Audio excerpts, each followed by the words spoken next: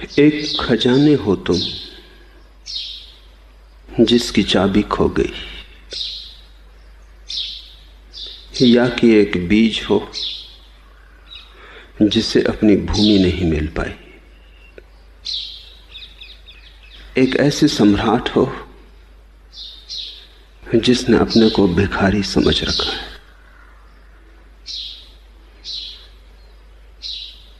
और गहरी नींद है, और उस नींद में तुम स्वयं जाग सकोगे इसकी संभावना नहीं। तुम चाहो भी कि तुम अपने ही हाथ से जग जाओ तो भी ये घट ना सकेगा। घट इसलिए ना सकेगा कि जो सोया है स्वयं, वो स्वयं को कैसे जगाएगा। जगाने के लिए जागा होना जरूरी है। और तुम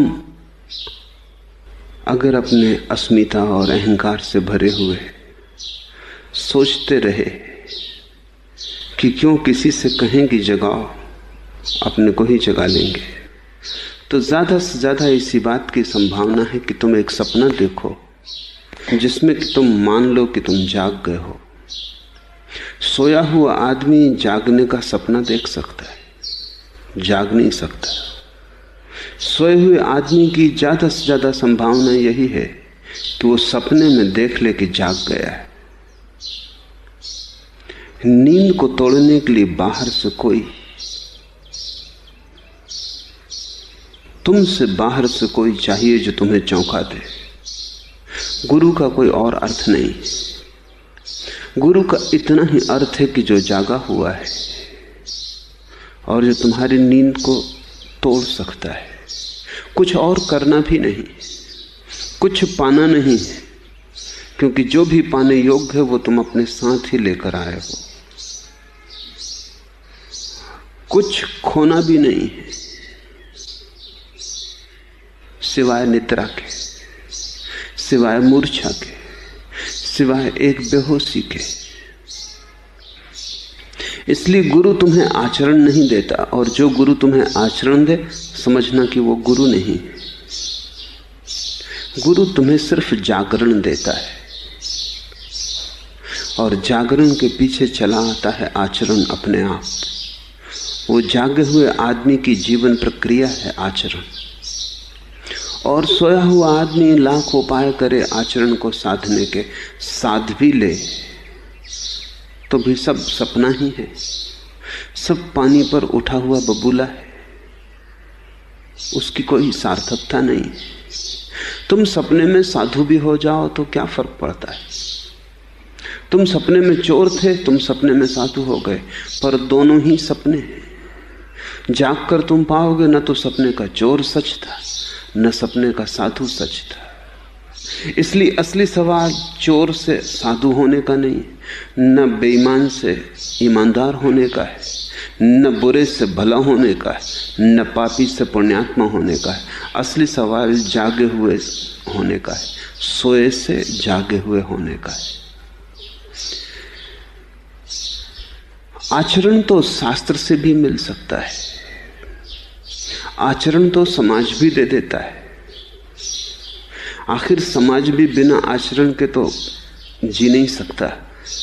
इतने लोग हैं वहां, बिना आचरण के बहुत कसमकस होगी, बहुत संघर्ष होगा, बहुत बेचैनी परेशानी होगी, जीना मुश्किल हो जाएगा। समाज भी आचरण थोप देता है, परिवार भी आचरण देता है, शास्त्र भी आचरण देते हैं, गुरु जागरण देता है। और जब गुरु भी आचरण देने लगे तो समझना कि वो समाज के ही हिस्से हो गए, धर्म से उनका नाता टूट गया। जब वो भी तुम्हें समझाने लगे कि चोरी मत करो, बेईमानी मत करो, झूठ मत बोलो, तब उनकी उपयोगिता नैतिक हो गई, धार्मिक न रही। धर्म और नीति में बड़ा भेद है। नीति साधी जा सकती है, सोए हुए जागना जरूरी नहीं। सिर्फ सपना बदलना पड़ता है। कठिन है सपने को बदलना भी, लेकिन बदला जा सकता है। तुम क्रोध कर सकते हो तो तुम अक्रोध भी कर सकते हो। तुम हिंसा कर सकते हो तो तुम अहिंसा का व्रत भी ले सकते हो। तुम कामवासना से भरे हो, तुम ब्रह्मचर्य का आचरण साध सकते हो। इन सब के लिए जागना जरूरी नहीं है। तुम जैसे हो वैसे ही रहोगे, सिर्फ तुम्हारे ऊपर की खोल बदल जाती। तुम वस्त्र बदल लेते हो, तुम नहीं बदलते। गुरु का संबंध तुम्हें बदल देने से है, और जब तुम बदल जाओगे तो एक आचरण पैदा होता है। वो आचरण नैतिक नहीं है, धार्मिक। नैतिक आचरण में सुगंध होती ही नहीं। वो ऐसा है जैसे प्लास्टिक के फूल हैं, ऊपर से लगा दिए गए। धार्मिक आचरण की एक सुगंध है, एक सौरभ है, जैसे फूल वृक्ष में लगे हों, जैसे फूलों की जड़ें जमीन में फैली हों और फूल सूरज से रोशनी लेते हों, जमीन से हरियाली लेते हों, हवाओं से ताजगी लेते हों, जीवित हों। धार्मिक व्यक्ति इस विराट अस्तित्व का एक हिस्सा हो जाता है। नैतिक व्यक्ति अपने आसपास नीति का आचरण बना लेता है, लेकिन अस्तित्व का हिस्सा नहीं हो पाता। इसलिए नैतिक व्यक्ति तो नैतिक हो सकता है बिना ईश्वर की खोज किए। ईश्वर आवश्यक नहीं है, लेकिन धार्मिक व्यक्ति बिना ईश्वर की खोज किए धार्मिक नहीं हो सकता। और ऊपर से देखने में कभी कभी यह भी हो सकता है कि प्लास्टिक का फूल दूर से ज्यादा सुंदर मालूम पड़े, असली फूल से भी ज्यादा सुंदर मालूम पड़े। और ये तो निश्चित ही साफ है कि असली फूल सुबह खिलेगा, सांझ मुरझा जाएगा। नकली फूल मुरझाता ही नहीं, बड़ा मजबूत है। आचरण जीवंत हो तो प्रतिपल बदलता है। जीवन का लक्षण बदलाहट है। आचरण जड़ हो, प्लास्टिक का हो, बदलता ही नहीं। एक दफा पकड़ लिया। झूठे आचरण में एक संगति होती है, सच्चे आचरण में एक जीवंत क्रांति होती। सच्चा आचरण एक सतत धार है, गंगा की धार बहती जाती, प्रतिपल बहती।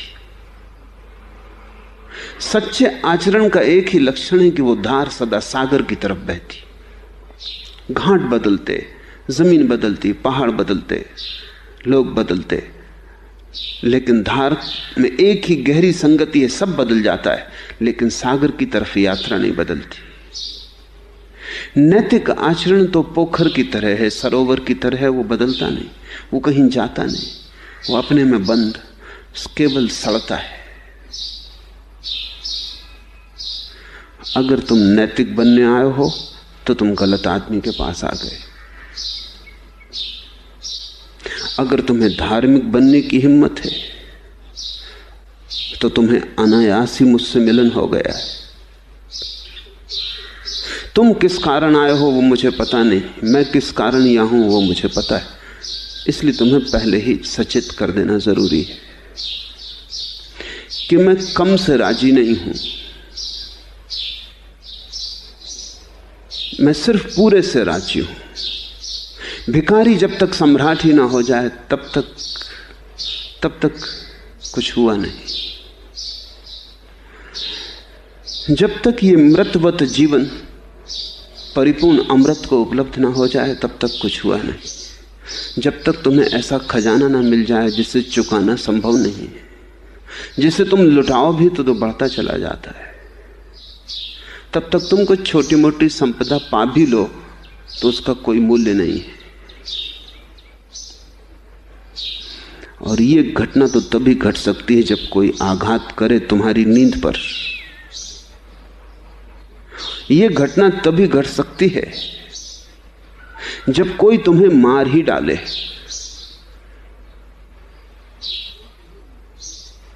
तभी तुम्हारे भीतर जो अमृत का स्वर है वो बजेगा। दादू इसी अद्भुत कहानी की बात कर रहे हैं। उनका एक एक शब्द समझने जैसा है।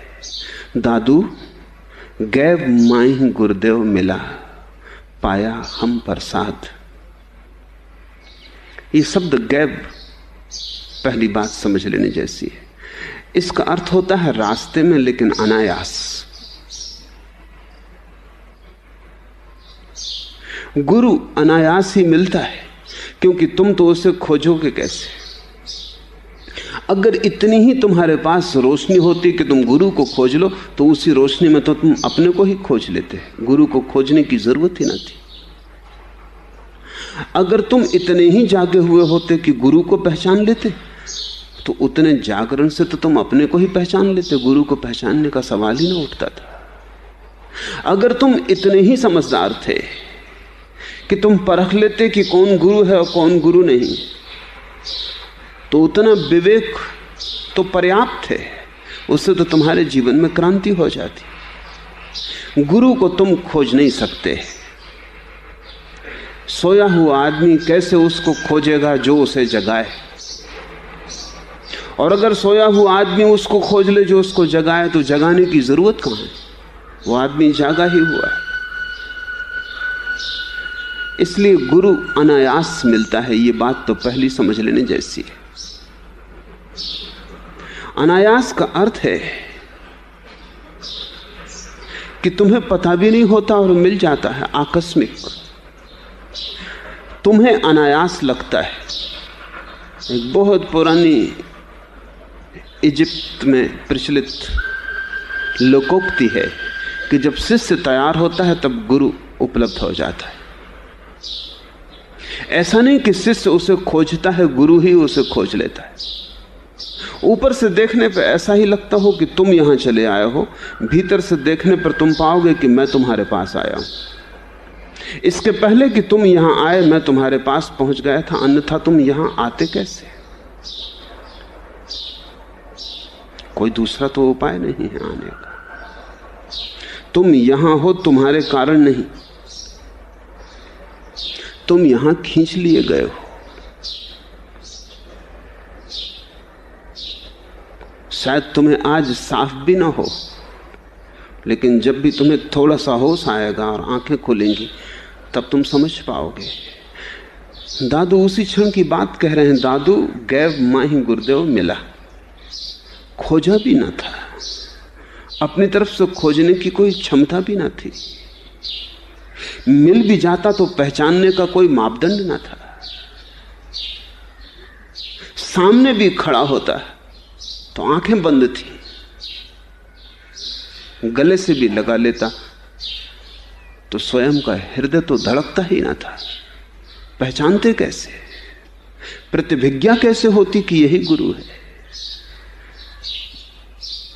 नहीं, शिष्य गुरु को नहीं खोजता, गुरु ही शिष्य को खोजता है। भला गुरु रत्ती भर न चलता हो और शिष्य 1000 मील चल के आया हो, लेकिन गुरु ही शिष्य को खोजता है। शिष्य गुरु को खोज ही नहीं सकता। शिष्य इतना ही कर सकता है कि उपलब्ध रहे, कि जब गुरु पुकारे तो पुकार सुन ले, इतना ही काफी है। कि जब गुरु खींचे तो खिंच जाए, अड़चन न डाले, इतना ही काफी है। बाधा न खड़ी करे।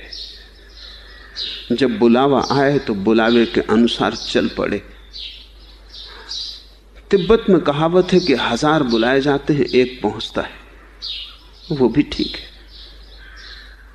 क्योंकि 999 तो हर तरह की बाधा डालते हैं। वो आना नहीं चाहते। वो नहीं चाहते कि कोई उन्हें खींच ले, क्योंकि जब उन्हें कोई खींचता है तो उन्हें लगता है ये तो हम परवश हुए, ये तो अपनी सामर्थ्य गई, ये तो हम एक तरह की गुलामी में पड़े कि कोई खींचे और हम खिंच जाएं, कोई जागाए और हम जग जाएं, कोई उठाए और हम उठ जाएं। अहंकार बड़ी बाधाएं खड़ी करता है। बस शिष्य इतना ही कर सकता है कि बाधाएं खड़ी न करे। कुछ और करने की जरूरत नहीं है। सिर्फ तुम बहने को राजी हो जाओ, तो जब भी तुम बहने को राजी हो, अचानक तुम पाओगे कि गुरु द्वार पर खड़ा है, या तुम गुरु के द्वार पर पहुंच गए हो। जीवन बड़े रहस्यपूर्ण नियमों से बना है। जहां जरूरत होती वहां घटना घट जाती। गर्मी पड़ती है, धूप उतरती है आकाश से, आग जलती है जैसे, फिर वर्षा आ जाती। गर्मी के पीछे वर्षा का आना एक नैसर्गिक नियम। जब इतनी गर्मी पड़ जाती, सब उत्तप्त हो जाता है, जल सूख जाता है, पृथ्वी सूखी हो जाती है, वृक्ष दीन दिखाई पड़ने लगते हैं। इस उत्तप्त अवस्था के कारण ही बादलों को निमंत्रण पहुंच जाता है, बादल भागे चले आते।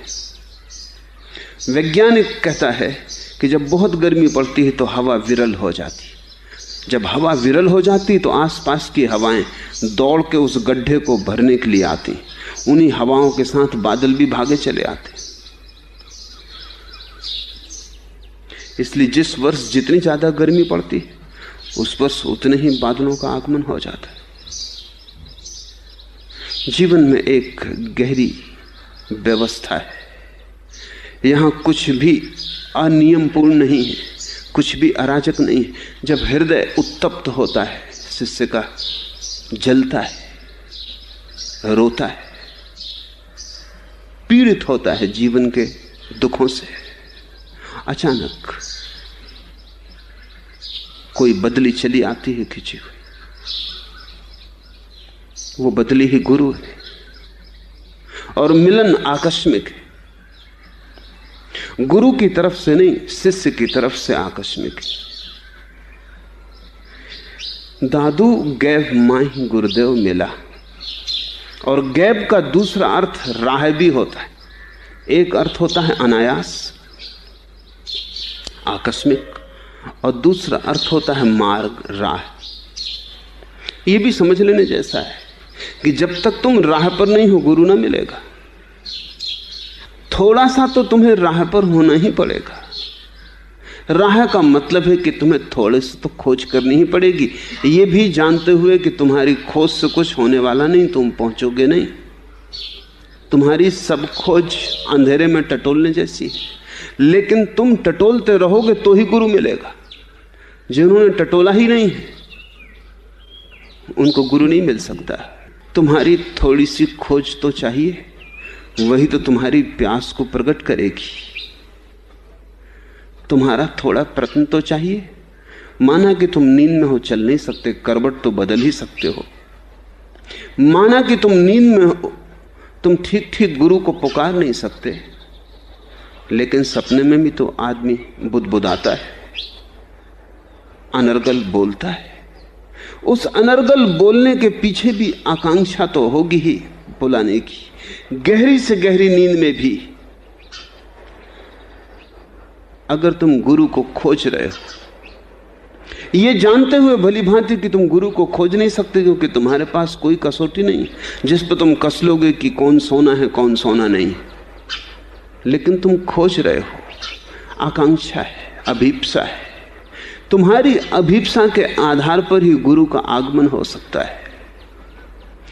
इसलिए राह पर तुम्हारा होना जरूरी है। संसार में करोड़ों लोग हैं, सभी को गुरु नहीं मिलता, उनकी आकांक्षा ही नहीं। वो तो हैरान होते हैं अगर तुम्हें गुरु मिल जाए, तो वो हैरान होते हैं कि तुम किस पागलपन में पड़े हो। भले चंगे आदमी थे, सब ठीक ठाक चल रहा था, ये क्या गड़बड़ में उलझ गए। वो तुम्हें बचाने की भी कोशिश करते हैं, क्योंकि गुरु के मिलने का अर्थ है तुम उनकी भीड़ के हिस्से न रहे। गुरु के मिलने का अर्थ है कि अब तुम उस राजमार्ग पर न चलोगे जहां सारी दुनिया चल रही। अब तुमने एक पगडंडी चुन ली, तुम खतरनाक हो गए, तुम राह से उतर के चल रहे हो, तुमने बीहड़ में प्रवेश किया, तुमने अनजान से प्रेम बना लिया, तुम अपरिचित के आकर्षण में पड़ गए, तुम दुस्साहस कर रहे हो। भीड़ तुम्हें कहेगी मत करो पागलपन, यहीं चलो जहां सब चलते हैं, यहां रास्ता साफ सुथरा है, सीमेंट से पटा है, आगे पीछे का सब पता है, किनारे पर मील के पत्थर लगे, नक्शा उपलब्ध है, कहां हम जा रहे हैं इसका हमें ठीक ठीक बोध है। और फिर सारे लोग साथ हैं, हम अकेले नहीं। तुम अकेले उतर रहे हो, किसके पीछे जा रहे हो? क्या पक्का है कि वो तुम्हें पहुंचाएगा और भटका ना देगा? गुरु का हाथ पकड़ना इस संसार में सबसे बड़ा दुस्साहस है। इसलिए थोड़े से हिम्मतवर लोग ही कर पाते। हिमालय पर चढ़ जाना इतना बड़ा दुस्साहस नहीं है। चांद पर पहुंच जाना इतना बड़ा दुस्साहस नहीं है, क्योंकि चांद पर पहुंचने के पहले सारी व्यवस्था कर ली गई होती। खतरे का कम से कम उपाय है। लेकिन जब तुम गुरु के साथ चलना शुरू करते हो तब तो वहां श्रद्धा के अतिरिक्त तो और कोई सहारा नहीं है, सिर्फ भरोसा है। और भरोसा तो बहुत ही नाजुक चीज है। फिर भरोसा भरोसा ही है, वैसा होगा ही, इसका कोई ठिकाना नहीं है। तो जब भी कोई किसी गुरु को पा लेता है तब सारा समाज उसे खींचने की कोशिश करता है। और तब समाज ने उपाय भी किया है। ऐसे खतरनाक लोगों को खतरे से बचाने के लिए समाज ने झूठे गुरु भी पैदा किए। वो समाज का ही हिस्सा है, वो पगडंडी पे नहीं ले जाते, वो राजमार्ग पर ही चलाते। ईसाई पादरी है, पुरोहित है, हिंदू मंदिर का पुजारी है, पंडित है, जैन साधु है, मुनि है। अब वो गुरु नहीं है, क्योंकि वो भी उसी मार्ग पर चलाते हैं जिस मार्ग पर भीड़ चल रही है। महावीर गुरु थे, जो महावीर के साथ चले वो हिम्मतवर लोग रहे होंगे, लेकिन जैन मुनि गुरु नहीं। वस्तुतः अगर तुम गौर से देखोगे तो तुम पाओगे कि जैन मुनि अपने अनुयायियों के पीछे चलता है, आगे नहीं चलता। तुम जाके गौर से निरीक्षण करो। एक जैन मुनि मुझे मिलने आना चाहते थे, उन्होंने खबर भेजी, लेकिन उन्होंने कहा मैं बड़ी मुसीबत में हूं, अनुयायी आने नहीं देते। अभी बड़े मजे की बात है, गुरु आना चाहता है, शिष्य आने नहीं देते। तब तो शिष्य गुरु है और गुरु शिष्य है। वो नहीं आ पाए क्योंकि अनुयायी खिलाफ है। वो कहते हैं वहां जाने की जरूरत नहीं। गुरु मोहताज है, क्योंकि अगर वो जाए तो अनुयायी पीछे से हट जाएंगे। वो उनके सहारे जी रहा है, वो समाज का हिस्सा है। ध्यान रखना, गुरु समाज का हिस्सा कभी भी नहीं है। गुरु सदा ही विद्रोही है। वो परमात्मा का हिस्सा है, समाज का नहीं। और समाज परमात्मा विरोधी है, अन्यथा सभी पहुंच जाते हैं। बहुत थोड़े पहुंच पाते हैं, विरले पहुंच पाते हैं, कभी कभी पहुंच पाते हैं, क्योंकि जाने के लिए अकेला होना जरूरी है। तो पहले तो गुरु तुम्हें अपने साथ ले लेता है, एक पगडंडी पे ले चलता है जो तुम्हारे लिए बिल्कुल अनजानी, जिसका कोई नक्शा भी तुम्हारे हाथ में नहीं, कोई कुंजी, कोई गाइड भी तुम्हारे हाथ में नहीं। और गुरु भी कुछ कह नहीं सकता, क्योंकि वो बार बार यही कहता है कि जो मैंने जाना है वो तुम्हें भी जना दूंगा, लेकिन बता नहीं सकता हूं, क्योंकि वो शब्द में आता नहीं। भरोसे पे तुम चलते हो। प्रेम का पतला सा धागा ही एकमात्र सहारा है। और एक घड़ी ऐसी आती है जब गुरु तुम्हें बिल्कुल अकेला भी छोड़ देगा उस बीहड़ में, क्योंकि गुरु भी तो समाज ही है। जब तक दो हैं तब तक थोड़ा सा समाज तो है ही। परमात्मा से मिलन तो बिल्कुल अकेले में होगा। तो पहले तो गुरु तुम्हें समाज से छीन लेगा, भीड़ से छीन लेगा, राजपथों से मुक्त कर देगा। और एक दिन तुम पाओगे कि वो भी विलीन हो गया है भीड़ में तुम्हें छोड़कर। वो कहीं दिखाई नहीं पड़ता, उसका भी हट जाना जरूरी है, तभी तो परमात्मा दिखाई पड़ेगा। अन्यथा गुरु बीच में खड़ा रहे तो गुरु की पीठ ही तुम देखते रहोगे। गुरु के हटते ही परमात्मा के सन्मुख हो जाओगे।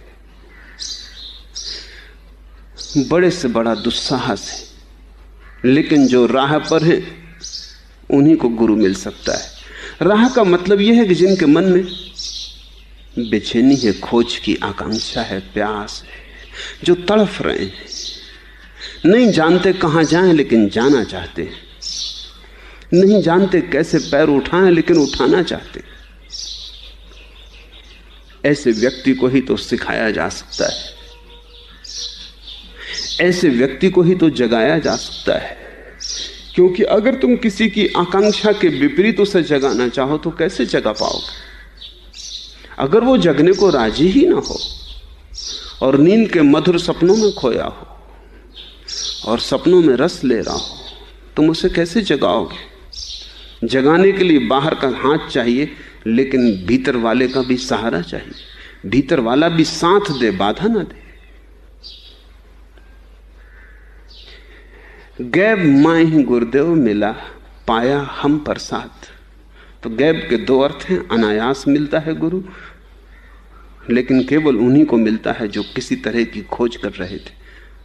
अंधी खोज, भला अनजानी, गलत जा रहे थे, कुछ भी कर रहे थे जिससे उन्हें कुछ भी पता नहीं था कि क्या होगा क्या नहीं होगा, लेकिन टटोलते थे। जब भी गुरु का हाथ मिला है किसी को तो वो तभी मिला है जब वो टटोल रहा था अंधेरे में। टटोलते हाथ को ही गुरु का हाथ मिला है। जिसने टटोलना ही शुरू नहीं किया था उसे गुरु का हाथ कैसे मिल सकता है। पाया हम प्रसाद। और दादू कहते हैं कि फिर गुरु ने जो दिया वो प्रसाद है, वो कोई सौदा नहीं। प्रसाद के अर्थ को ठीक से समझ लें। जो तुम्हें दिया जाता है तुम्हारी किसी योग्यता के कारण नहीं, देने वाले के पास इतना ज्यादा है इसलिए देता है, तुम योग्य हो पाने के इसलिए नहीं। इस फर्क को ठीक से समझ लेना। अगर तुम्हारी योग्यता से दिया जाए तो वो प्रसाद नहीं है, तुमने उसे अर्जित किया, वो तुम्हारे श्रम का फल है, तुम उसको पाने के हकदार थे। अगर तुमने अपने ही श्रम से पाया है तो वो प्रसाद नहीं, तुम उसके हकदार हो गए थे। तुम्हें धन्यवाद भी देने की जरूरत नहीं है क्योंकि तुमने श्रम किया था, तुम्हें मिला, बात खत्म हो गई। कोई अनुग्रह का सवाल भी नहीं। प्रसाद का अर्थ है जिसे पाने की तुम्हारी योग्यता तो न थी, आकांक्षा भला रही हो। श्रम तुमने कुछ भी न किया था क्योंकि तुम्हें पता ही न था कैसे करे। उपाय तुमने कुछ भी न किया था, यत्न तुमने कुछ भी न किया था। अभीप्सा गहरी थी, प्यास गहरी थी, बस वही तुम्हारी योग्यता थी। गुरु देता है अपने आधिक्य से। जीसस की बड़ी पुरानी कथा है, वो प्रसाद की कथा है। एक बहुत बड़े बगीचे के मालिक ने कुछ मजदूरों को बुलाने के लिए अपने मैनेजर को भेजा। सुबह था, सूरज उगता था, वो कुछ मजदूरों को लेके आया, लेकिन काम ज्यादा था और मालिक शाम तक काम पूरा कर लेना चाहता था। तो दोपहर उसने मैनेजर को फिर भेजा, फिर वो और मजदूरों को लाया, लेकिन फिर भी काम ज्यादा था और मजदूर फिर भी कम थे। उसने फिर मैनेजर को भेजा। जब तक वो मजदूरों को खोज के लाया तब तक सूरज ढलने के करीब ही हो गया था, दिन जा चुका था। फिर उस मालिक ने सभी मजदूरों को इकट्ठा किया, जो सुबह आए थे, जो दोपहर आए थे और जो अभी अभी आके खड़े हुए थे जिन्होंने कुछ भी ना किया था, और सभी को समान वेतन दे दिया। सुबह जो मजदूर आए थे निश्चित नाराज हो गए, शिकायत से भर गए। उन्होंने कहा ये तो हद अन्याय है, हम सुबह से आए और दिन भर हमने हड्डी तोड़ के श्रम किया है, खून पसीने की तरह बहाया है और हमें भी उतना ही मिल रहा है। फिर कुछ लोग दोपहर आए थे, इन्हें आधा मिलना चाहिए, इनको भी उतना ही मिल रहा है। और अन्याय की तो सीमा टूट गई। जो लोग अभी अभी आके खड़े हुए हैं, जिन्होंने कुछ किया ही नहीं, सिर्फ आए हैं और जाने का वक्त आ गया, उनको भी उतना ही मिल रहा है। उस मालिक ने कहा तुम इसकी फिक्र मत करो कि मैं किसको क्या दे रहा हूं, तुम इसकी फिक्र करो कि तुम्हें जो मिल रहा है वो तुम्हारे मजदूरी के लिए पर्याप्त है या नहीं। तुमने जितना श्रम किया है उतना तुम्हें मिल गया है, उन मजदूरों ने कहा उतना हमें मिल गया है। तो उसने कहा फिर तुम फिक्र छोड़ दो, इनको मैं इनके श्रम करने के कारण नहीं देता, मेरे पास बहुत ज्यादा है इसलिए देता हूं। मेरे पास इतना ज्यादा है कि मैं क्या करूं, इसलिए देता हूं। जो सांझ आए हैं, अभी अभी आए हैं, उनको भी देता हूं। तुम्हें शिकायत का कोई कारण न होना चाहिए। इसे थोड़ा समझें। प्रसाद तो उनको मिला जो सांझ आए थे, जो सुबह आए थे उन्हें प्रसाद नहीं मिला।